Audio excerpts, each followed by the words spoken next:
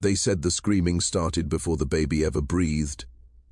That was how the story was first told in the hollows, not as a birth, but as a warning sound rising out of the ground itself. Neighbors claimed they heard it at dusk, a thin, wet cry slipping through the trees, echoing off stone and root as if something beneath the earth had been split open. By the time anyone reached the house, the child was already alive, and the mother was already dying. Her blood soaked into the floorboards and never came out. Even years later, when the boards were pried loose and burned, the smell lingered, copper and rot, sweet and choking, the scent of a body that had begun to fail while still clinging to breath. They said bones could be seen beneath her skin before the cord was cut. They said her hands shook like they belonged to someone else. They said when the child finally cried, the sound did not match its size. It was too old, too knowing, too complete. People would later argue over details, because that is what happens when a place tries to survive what it has witnessed. Some remembered firelight flickering against the walls. Others remembered snow pressing against the windows. But all of them remembered the feeling, the sense that something had crossed a line that could not be uncrossed, that a boundary older than church law or blood law had been quietly erased. This was not a town that expected miracles. It was a place built on loss, on small graves cut into hillsides, on names repeated until they lost meaning. Birth here was never clean. Death was never sudden. Everything happened slowly, painfully, and out of sight. That is why no one ran when the screaming started. They had learned, over generations, that running only delayed the inevitable. The woman survived the night. The child did too. That should have been the end of it. Instead, it was the beginning of something that would hollow the land itself. Before the story goes any further, pause for a moment. Which city are you listening from right now? And what time is it where you are? Places and hours matter with stories like this. They always have. The house where it happened stood at the edge of a valley most maps refused to name. Old survey lines curved around it, as if the land itself had been avoided. Records listed the area as settled, then unsettled, then settled again, depending on who was doing the counting. Families arrived, disappeared, returned under different surnames. Paper rotted faster than memory there. What remained constant was the blood. The woman had been born in that same house, delivered by hands that had delivered her mother, and her mother before that. She never learned another way of living. The man who put the child inside her shared her last name long before he shared her bed. No one spoke of it openly. They didn't have to. The family tree had folded in on itself so many times it no longer resembled a tree at all, more like a knot, tightened by years of isolation and fear. When the child opened its eyes for the first time, those who were present felt it, not love, not relief, recognition, as if something familiar had returned wearing a smaller body. Outside, the screaming finally stopped. Inside, the mother stared at the ceiling, her breath already uneven, her body beginning the long process of turning against itself. And somewhere between her ribs and the child's first heartbeat, a story took root that the hollow would spend decades trying to bury. The land remembers these things, even when people pretend not to. The valley had no official name, not one that survived on paper. In church records it appeared as a blank space between parishes. In census logs it was a smudge of ink where a clerk's pen had hesitated, then moved on. Locals called it Low Gap, though no one could say why. The gap itself was high and narrow, a cleft between ridges that folded inward like knuckles. Sunlight reached the floor only for a few hours each day, and even then it arrived thin and cold, filtered through hemlock and fog. Old men said the first cabins were raised there before the revolution by families who did not want to be counted, hunters, deserters, women who arrived with no husbands and children who carried names that had already been used too many times. By the mid-1800s, the place had become a pocket of isolation sealed by distance and distrust. Roads stopped miles away. Letters arrived months late, if at all. What news entered Low Gap arrived, distorted, stripped of context, turned into rumor before it ever became fact. Marriage there followed its own logic. Outsiders were rare, and when they appeared, they did not stay. Blood remained close, surnames repeated. Brothers married widows, cousins married cousins. When a preacher came through once or twice a year, he asked no questions he could not afford to hear the answers to. God, after all, was said to see everything. The people of Low Gap believed that if he had not struck them down yet, it meant he understood. Children were born small, many did not last the winter. Graves dotted the hillsides, marked with stones when wood was scarce, with nothing at all when grief ran out. Loss became ordinary, pain became inherited. By the time the woman was born, the valley had already learned how to absorb suffering without reacting.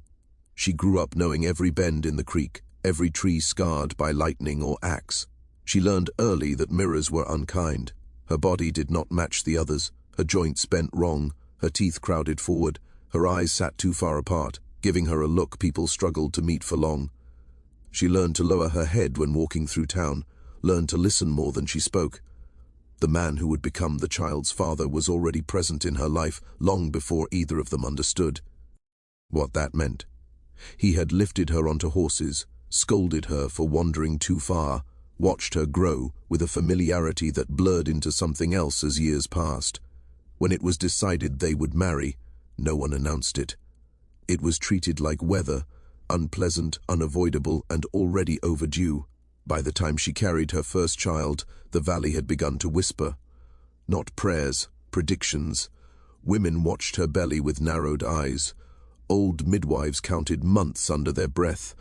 Something about the way she carried herself suggested strain, as if her body knew it was being asked to repeat a mistake already written into it. When the labor began, it did not follow the patterns anyone recognized. It dragged on for days. The woman screamed until her voice tore itself raw, then fell silent, staring through the walls as if listening to something no one else could hear. And when the child finally arrived, the valley felt it, a quiet shift, a tightening, as though the land itself had exhaled and realized it would not be breathing easily again. The house stood still after that. Smoke rose, the creek flowed. But something fundamental had changed, and everyone knew it, even if no one dared name it. The child did not behave like an infant. That was the first thing people noticed, the detail that returned again and again in whispered recollections. It did not cry the way babies cried. There was no rising panic in its voice, no searching hunger. When it made sound, it was deliberate, measured, as if the noise served a purpose rather than a need. The midwife, a woman who had delivered more children than she could remember, refused to stay the night. She wrapped her tools in cloth, would not meet the mother's eyes, and left before the blood on her hands had dried. The mother watched the child constantly. She barely slept.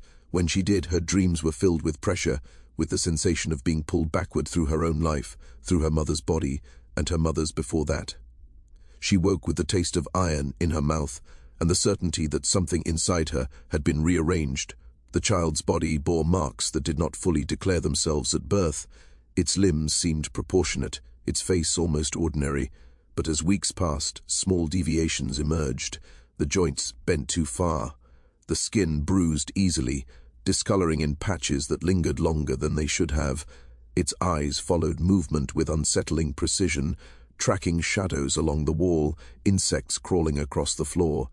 People said it watched the fire the way old men watched fire, not for warmth but for memory. As the months passed, the mother's health declined in quiet, undeniable ways. Her wounds healed slowly, then not at all. A small cut on her hand turned dark at the edges, the flesh stiffening, losing sensation. The midwife muttered about circulation, about bad blood, but there was no remedy to offer. Each time the mother held the child, a tremor passed through her, as if contact itself was draining something vital. The child began to speak early, not words at first, sounds arranged with intention, patterns repeated until they resembled language. By the time it formed sentences, its voice carried a tone that made listeners uneasy. It asked questions no one remembered teaching it to ask. It spoke of people who were dead as if they were nearby. Once it referred to the mother by her given name, instead of the title children used. The room went silent when it happened. Animals avoided the house, chickens refused to cross the threshold, dogs whined and pulled away from the yard, their tails tucked, their ears flattened as if anticipating a blow. Dead birds appeared near the porch, necks twisted, bodies unmarked. No one claimed to have seen the child touch them. The mother's body continued to fail. Discoloration spread along her arms and legs, the skin drying and cracking, turning hard and dark in places. The smell followed her now, faint but unmistakable, the scent of tissue that no longer recognized itself as living. She wrapped herself in long sleeves, even in summer, even when the heat pressed down hard enough to steal breath. At night, lights were seen in the windows long after the rest of the valley slept. Shadows moved across the walls in irregular patterns. Sometimes voices carried down the slope, not shouting, not singing, but murmuring, the low rhythm of something being repeated until it lost meaning. Children in nearby cabins woke screaming from dreams they could not explain. Old men drank more heavily. Church attendance spiked, then dropped off entirely. The valley felt watched, not by God, but by something closer, something bound to it. And in the center of it all, the child grew, steady and observant, while the woman who had brought it into the world began, slowly, to come apart. By the time the child reached its 7th year, the valley had begun to mark time differently. Events were no longer measured by seasons or harvests, but by incidents. The night the screaming returned, the morning the creek ran low and thick, the week the dogs refused to leave their owners' sides. Everything seemed to orbit the house at the edge of Low Gap, pulled inward by a gravity no one could escape. The child spent long hours alone in the woods. It moved through the trees without sound, leaving no broken branches, no crushed undergrowth. Hunters claimed they felt eyes on their backs when passing near the property. More than one reported finding symbols carved into tree bark, shallow at first, then deeper over time. They resembled nothing from church or school books. Circles intersected by lines, shapes folded into themselves. When asked, the child said they were marks for remembering. Inside the house, the mother's condition worsened. The dark patches on her skin spread, merging, the flesh beneath stiff and unresponsive. In some places it split open, revealing pale tissue that never bled. The smell grew stronger. It clung to fabric, to hair, to the walls themselves. She moved slowly now, her joints locking without warning, her breath shallow and uneven. At night she whispered apologies to no one in particular. The child began to help with her care. It cleaned her wounds with water drawn from the creek, wrapped her limbs with strips torn from old sheets. It performed these tasks with a calm that unsettled those who witnessed it. There was no fear, no hesitation, only focus. When asked where it learned such things, the child shrugged. I remember it said. Stranger things followed. Animals were found arranged in careful patterns near the tree line, rabbits laid side by side, their eyes removed, bones stacked with deliberate symmetry. A goat was discovered drained of blood, its body untouched otherwise, positioned facing the house. No one accused the child directly, but no one questioned the connection either. The valley's preacher visited once, carrying a Bible worn thin from use. He prayed aloud, his voice steady at first, then faltering as he stepped inside the house. He left early, pale and sweating, and was heard later that night burning pages from an old ledger behind the church. What names were written there, no one ever knew. At night, people claimed to hear 2 voices coming from the house, one weak and fading, the other low and constant. Sometimes they overlapped, finishing each other's sentences. Sometimes the child spoke alone, reciting what sounded like family histories, dates and names long forgotten, marriages that had never been written down. The mother's dreams grew violent. She woke clawing at her own skin, convinced something was moving beneath it. Once she screamed that she could feel hands inside her, arranging her organs, correcting mistakes that should have been left alone. The child sat at her bedside during these episodes, whispering until she calmed. The house itself seemed to decay faster than others in the valley. Wood warped, nails rusted, floors sagged. It was as if the structure, like the woman's body, had been built from materials that could no longer support what they carried. Whispers turned into decisions. Meetings were held without the family present. Old grudges resurfaced, bound now to fear. People spoke of endings, of cleansing, of doing what should have been done generations ago. And through it all, the child listened, watched, learned. The truth did not arrive all at once. It never does in places like Low Gap. It seeped in through fragments, through half-finished sentences and looks held too long. An old woman let something slip while scrubbing church floors. A drunk man spoke too freely near the creek. A torn page surfaced in a family Bible, its edges blackened as if someone had tried to burn it and failed. The child's parents were not simply related. They were repetitions of each other. The woman had been born of a union that already bent the laws of kinship. Her mother and father shared the same blood from two directions, their lineage looping back on itself like a snake eating its own tail. The man she married was not just her relative, he was part of the same closed circle, a branch that had never been allowed to grow outward. When they came together, it was not the joining of two lines, but the tightening of a knot already strained to the breaking point. Older records, those that had not yet been destroyed, told the story plainly enough.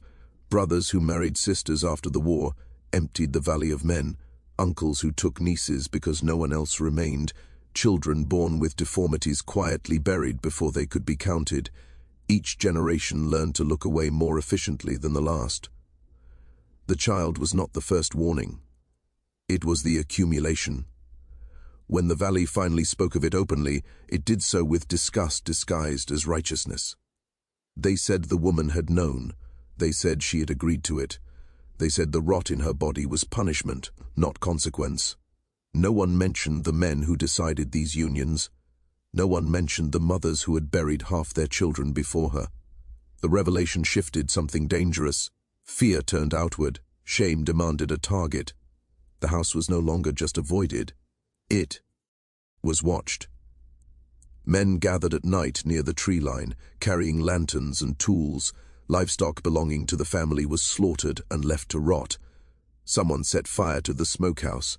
Another tore down the fence marking the graves behind the property, scattering bones that had been placed carefully into the ground. The child saw all of it. It did not cry.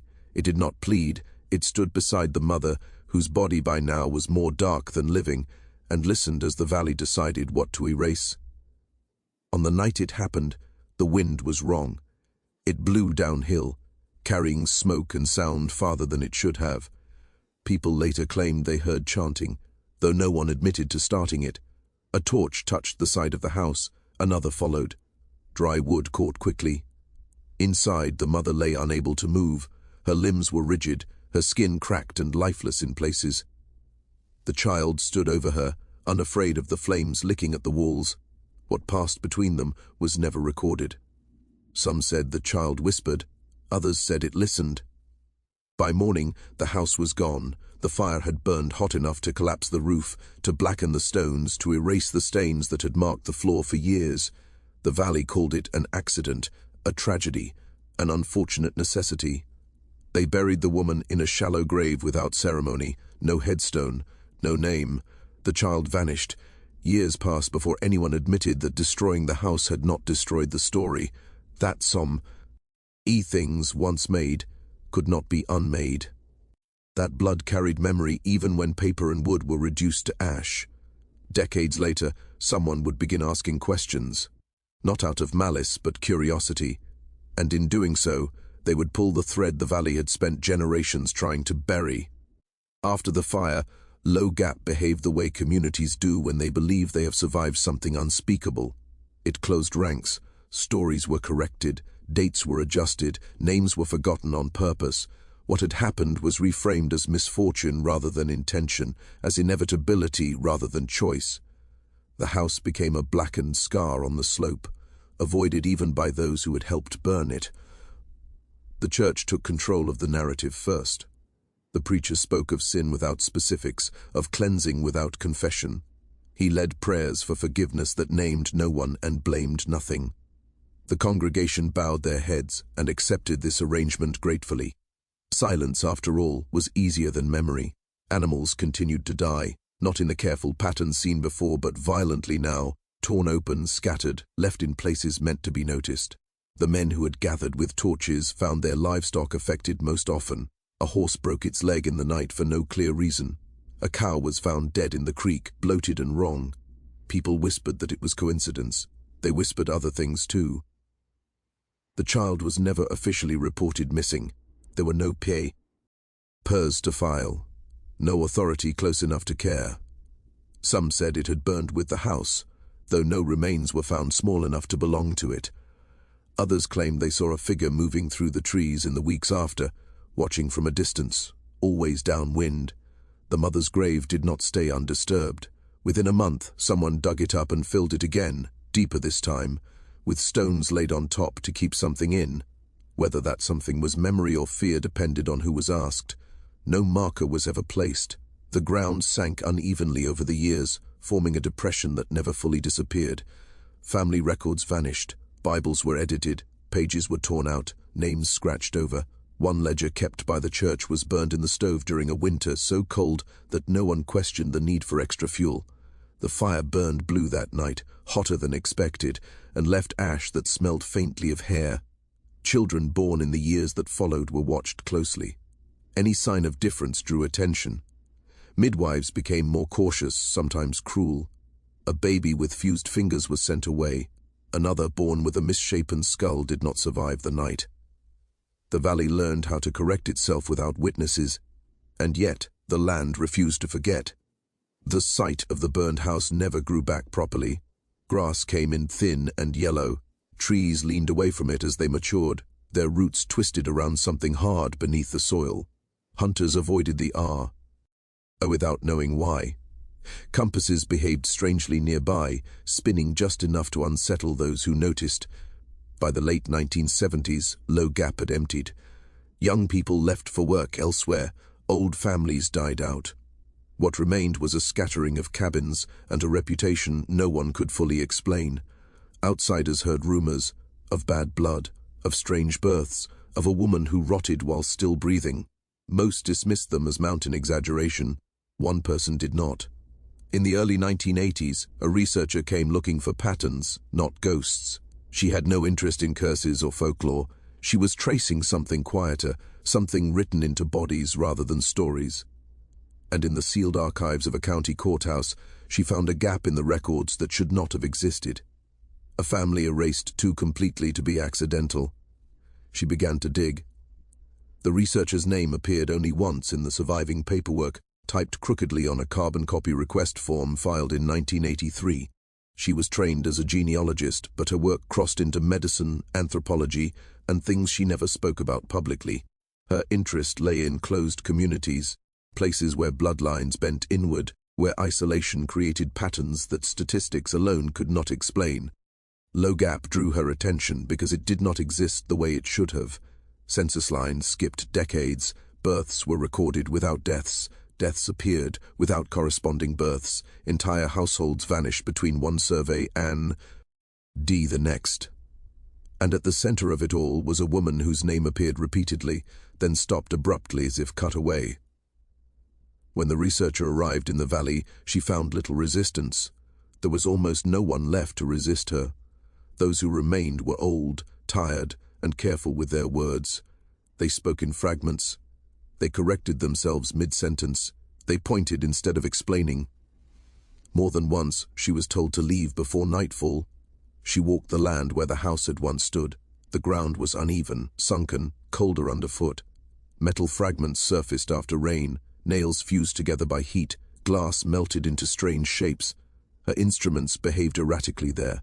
She collected soil samples, photographed the depression where the foundation had collapsed, and marked the coordinates in a notebook she later described as difficult to open. In the county archives, she was granted access to sealed materials under the pretense of academic research. Inside were photographs never released, statements taken and never followed up on, and a single image that appeared repeatedly in witness descriptions. A woman seated, arms wrapped, eyes pale and unfocused. Beside her, sometimes cropped out, was a smaller figure standing too close. What unsettled the researcher most was the consistency. Generations of testimony aligned in ways folklore rarely does. Details repeated across decades without embellishment. The same phrases appeared in different handwriting. The same fear surfaced in interviews separated by half a century. She followed the trail forward and found what the valley had failed to erase. The child had survived. It had been taken in quietly, renamed, absorbed into a system that did not ask where it came from. Institutional records showed a subject transferred between facilities, described as developmentally atypical, highly observant, emotionally detached. Notes mentioned an unusual fixation on family structures, on lineage, on symmetry. There was no official diagnosis that explained everything. The researcher requested a meeting. It took months to arrange. When it finally happened, it did not occur in the valley, but in a place far removed from it. Clean walls, fluorescent light, the smell of disinfectant instead of rot. The subject was elderly by then, its body finally showing the wear it had delayed for so long. When asked about low gap, it smiled. "I remember," it said. The interview was never fully transcribed. What exists are fragments, notes written in the margins of official forms, tape reels that end abruptly. The researcher later said that listening to the recordings made her feel as though she were intruding on something unfinished. The subject spoke of the mother without anger, without tenderness either. It described her as a vessel, weakened, overused, collapsing under the weight of repetition. It spoke of blood as something that could remember mistakes long after minds forgot them. When asked about the fire, it corrected the researcher gently. The house, it said, had already been dead. What disturbed the researcher most was the way the subject framed identity. It did not describe itself as singular. It referred to itself using terms usually reserved for lineage rather than personhood. "We were already there," it said once. "I just arrived last." Medical records showed abnormalities consistent with generations of inbreeding, but also anomalies that did not fit existing models. Its body had adapted in places where others had failed. Systems compensated, damage rerouted. Where the mother's flesh had died, the child's had endured. The researcher attempted to publish her findings in the late 1980s. The paper was rejected repeatedly. Some reviewers cited ethical concerns. Others questioned the validity of testimony rooted in what they dismissed as rural superstition. One advised her to abandon the case entirely. She did not. Instead, she archived everything privately. Photographs, tapes, soil samples, handwritten family trees so dense they resembled diagrams of disease rather than ancestry.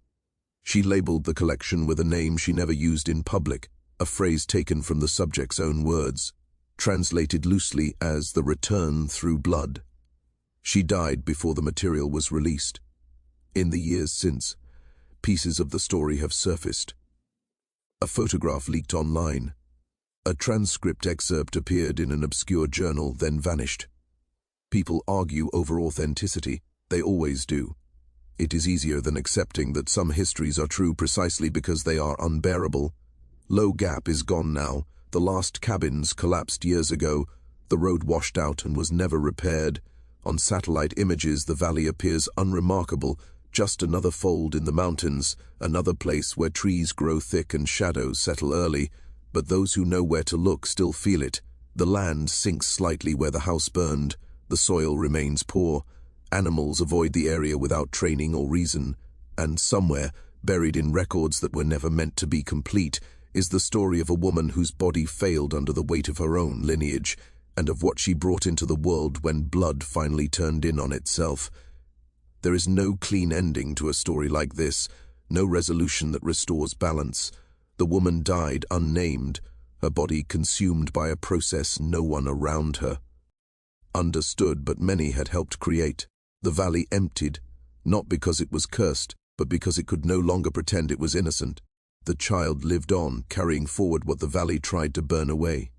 Not as revenge, not as punishment, simply as continuation. Blood does not choose morality. It only remembers. If you were to uncover something like this in your own family, a folded lineage, a truth hidden under generations of silence, what would you do with it? Would you expose it, knowing it cannot be undone? Or would you bury it again, adding another layer of soil to ground already heavy with bones? Some secrets rot when exposed, others rot when kept. The mountains do not judge which choice is made, they only endure, holding what is placed inside them, waiting for someone else to come along and listen closely enough to hear what the land has been saying all along.